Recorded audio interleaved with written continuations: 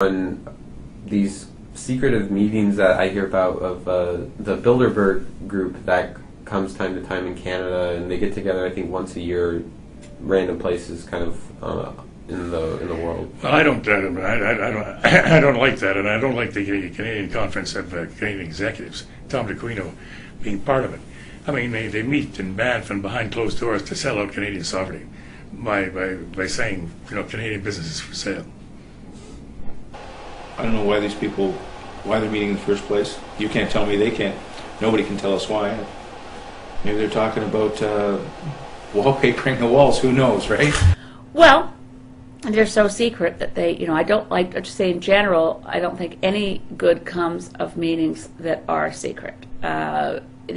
Democracy really thrives in sunshine, and things that are anti-democratic do best under rocks, right? So if you keep things out of the public eye and they're not accountable, that's concerning.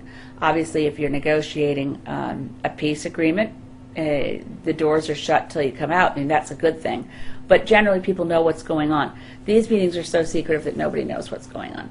And similarly, the Security and Prosperity Partnership meetings, where the only people allowed in the room are governments and business leaders.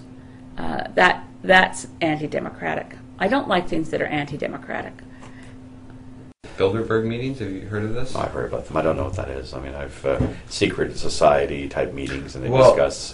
I recall one being in a place where I went with a friend in Ottawa. I'm trying to think of the place. And it was a hotel outside of Ottawa. Right. Was that just 2 years ago? Yeah, it was actually. I was up there because one of my good friends was getting married. We went to a Neil Young concert that night, and the next day it was all these people were moving in, security and everything. So it's the Bilderberg conference. So again, like our previous prime minister, or current prime ministers that attended these meetings and don't really talk about it. Do you think there would be something to be worried about, though? No, not necessarily. I mean, if to put the scenario forward that you're talking about, if the 100 top people in the world invited me to a meeting, do you think I'd turn it down? Probably not. I've never been invited, so naturally I'm suspicious. It's an interesting group, but I can't firmly say that I don't know that I know nothing about it. I mean, I've heard what it could mean. I listen to Richard Serrett from time to time on CFRB at give me a time, 10 o'clock at night. I don't know, but I'd certainly like to learn more about it. But it is apparently behind closed doors. I'm suspicious of those meetings. Were you ever invited or? No, they know my views about it. In 1996, Paul Martin and Jean Chrétien, among other Canadians, attended the Bilderberg meeting held in Toronto King City. The building picked was naturally a $66 million resort, which was then owned by CIBC Bank. Some of the other members that attended that year were Ted Rogers, Chairman, President, and CEO of Bell Canada, Chairman of Ford Motor Company, everyone's favorite Conservative Premier of Ontario, Mike Harris, Conrad Black, owner of many newspapers, and just recently sentenced to 78 months in a U.S. federal prison for wire fraud and obstruction of justice, Chairman of CIBC Bank, President of the National Bank of Hungary, David Rockefeller, Chairman of the Chase Manhattan Bank, and many, many more. But for those of you who don't know the Rockefeller family, they have a bit of a nasty history of playing monopoly in America, as well as being a major supporter in the creation of a one-world government. But don't take my word for it. Listen to David Rockefeller himself.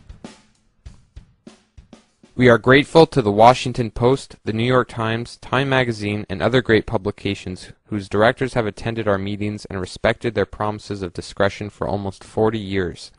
It would have been impossible for us to develop our plan for the world if we had been subject to the bright lights of publicity during those years. But the world is now much more sophisticated and prepared to march towards a world government. The supranational sovereignty of an intellectual elite and world bankers is surely preferable to the national autodetermination practiced in past centuries. I wish I was making this stuff up, but if you open up page 405 in Rockefeller's own autobiography, he states that For more than a century, ideological extremists at either end of the political spectrum have seized upon well-publicized incidents such as my encounter with Castro to attack the Rockefeller family for the inordinate influence they claim we wield over American political and economic institutions. Some even believe we are part of a secret cabal working against the best interests of the United States, characterizing my family and me as internationalists, and of conspiring with others around the world to build a more integrated global political and economic structure. One world, if you will. If that's the charge, I stand guilty, and I am proud of it. I bring this up because this man attends the same secret meetings all of our leading government officials do. Now, those are the three issues that I'm working on. You may have others. Let's hear from them. You may not agree with me. Let's hear that. That's a lot more fun. And let's just talk about where we're going. Thank you very, very much.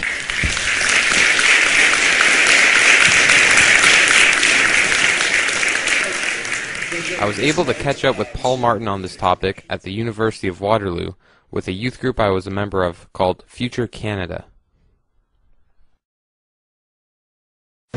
This was about, I believe in 1996, you attended a meeting called the Bilderberg meeting, and as I think you were the Minister of Finance at the time.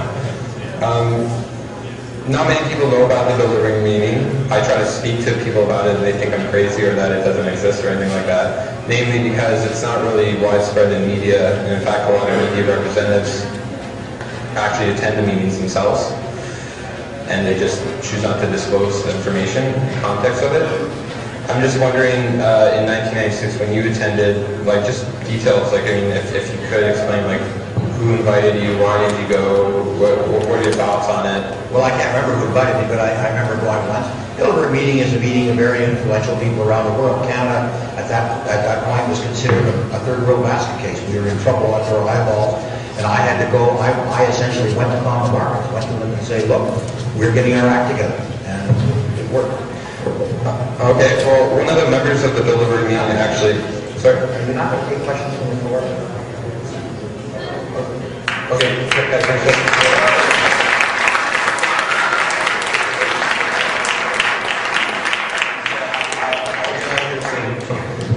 but just one thing about that Bilderberg meeting is that one of the attendees named David Rockefeller, and when I heard you talking earlier about this global financial crisis that everyone's involved in, and just like Stephen Harper said, that possibly this is going to be as bad or worse than the Great Depression in 1929. And not many of us have actually lived in those times, so we don't know what we're actually facing, but it could be pretty bad.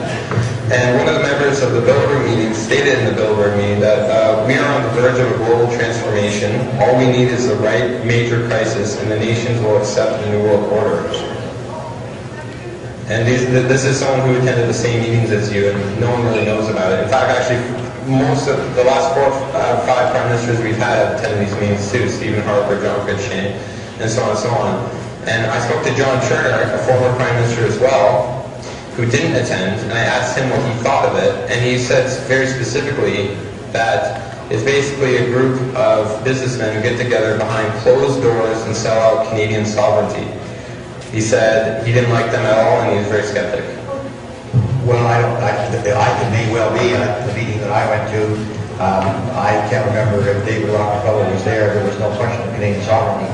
But what there was a group of people. This was the year that the Wall Street Journal called Canada essentially a banana republic. Said that we were a third world country, we were going down. And I've got to tell you that my first couple of years as finance minister, I did nothing but go around the world basically saying that Canada was going to turn it around. We did it. We did it. Within 4 years, we had the best balance sheet of any country in the world. So what is your opinion about it?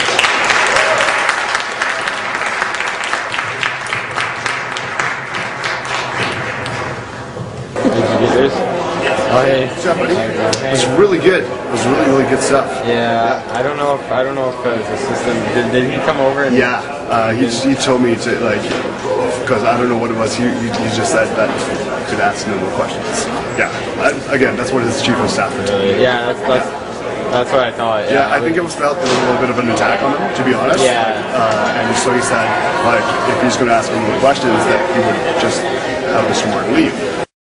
Okay, if you're an RCMP officer, could you care to explain why Canadian tax dollars are going to protect this guy instead of putting him behind bars? He's conspiring with international bankers in secret who openly talk about world domination via major world crises, on top of participating in the largest theft ever committed in our country's history. And when confronted about all of this, he acts like a child and has his chief of staff remove my microphone. Is this any way for a Prime Minister of Canada to act? Surely this is newsworthy. Good thing CTV was there to catch the footage. University of Waterloo, an unusual send-off. While most students kick off Reading Week with a party, a large crowd gathered to get a chance to talk with former Prime Minister Paul Martin. CTV's Nicole Lampa is here with this story. Nicole, what did they discuss? Kyle, given that Martin was a former finance minister, the economy was the key discussion. Every country is focusing on what can they do in order to stimulate their national economies. A worldwide problem is being felt by these students. What can we as the West? Matthew Castle asks a former Prime Minister and Finance Minister how to survive the economic downturn, not just as a student, but also as a future leader. As a young person, I'm going to be inheriting this economy. I'm going to be inheriting the budget deficit that Stephen Harper's now racking up. And I think it's important for me to be informed so that I can make good choices and make good decisions. When you have someone that has done it in the past and affected change, you know, be it whether you agreed with the way he did it or not, it really inspires you to do something. Others feel the same way. It's just interesting to hear someone of this caliber speak on these kinds of issues. He can tell us a lot about what's going on. He has a ton of perspective. He was a fantastic politician. In my experience is that you can't judge these crises, and they are normally worse, which is why you've got to keep as a country, keep your balance sheet in surplus, and you got to make sure you have the room to maneuver. The economy wasn't the only topic. Martin also talked about Canada's treatment of Aboriginals, our role in Africa, and Afghanistan. For Matthew, these are issues he doesn't mind tackling. I think when times are tough, that's when you're most needed. And if I would have something to contribute, I'd be more than happy to do it. Now the talk was put on by UW's Federation of Students and a Canadian youth group. This is one of the most disgraceful pieces of journalism I've probably ever seen. Nicole Lampa refused to talk to me on camera, and later after watching the program she put together, I asked her why she didn't at least give the name of my youth group who arranged the whole event in the first place. She told me she was under the impression that my youth group's name was A Canadian Youth Group, and then quickly hung up the phone. In fact, the most coverage that my cause had received from the whole event was published in the local Waterloo paper called The Record, where it was written that, and of course there was that one passionately idealistic student who grilled Martin relentlessly until the microphone practically had to be wrestled from his hands. By the way, I'm not a student at the University of Waterloo. I can't afford it. But again, poor journalism. So here we have the guy who writes the laws, and one of the guys who abuses the laws, which is bankrupting the entire country, getting together in his $66 million private resort, in secret, along with other bankers who admit major crises are used to form a one-world government, ruled by bankers and elitists. You see, Paul Martin doesn't care if he helps bankrupt the people of Canada, because he's already made his millions from the guy who practically made him Prime Minister. But instead of exposing this, these two news agencies did the opposite and made Paul Martin look more like a saint. This is the opposite of information. Misinformation.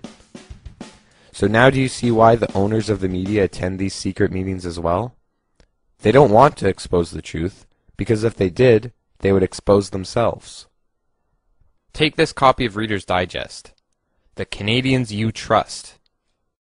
Let's check out who made the list. Stephen Harper, number 8. Michael J. Fox is number 5. Wayne Gretzky, number 12. Queen of England is number 2. She's not even Canadian. But I guess simple facts don't matter when you're a major publishing company. Number 1 was David Suzuki, Mr. If you can't beat Walmart, join them. Bob Ray is number 29. Shania Twain, 30. Don Cherry is number 14. What's going on here? How was this list even put together? If you read the fine print, it states, to conduct our trust poll, we commissioned an independent research firm, Harris Decima, to survey a representative sample of nearly 1,200 English-speaking Canadian adults. Respondents were presented with a list containing the names and photographs of 100 prominent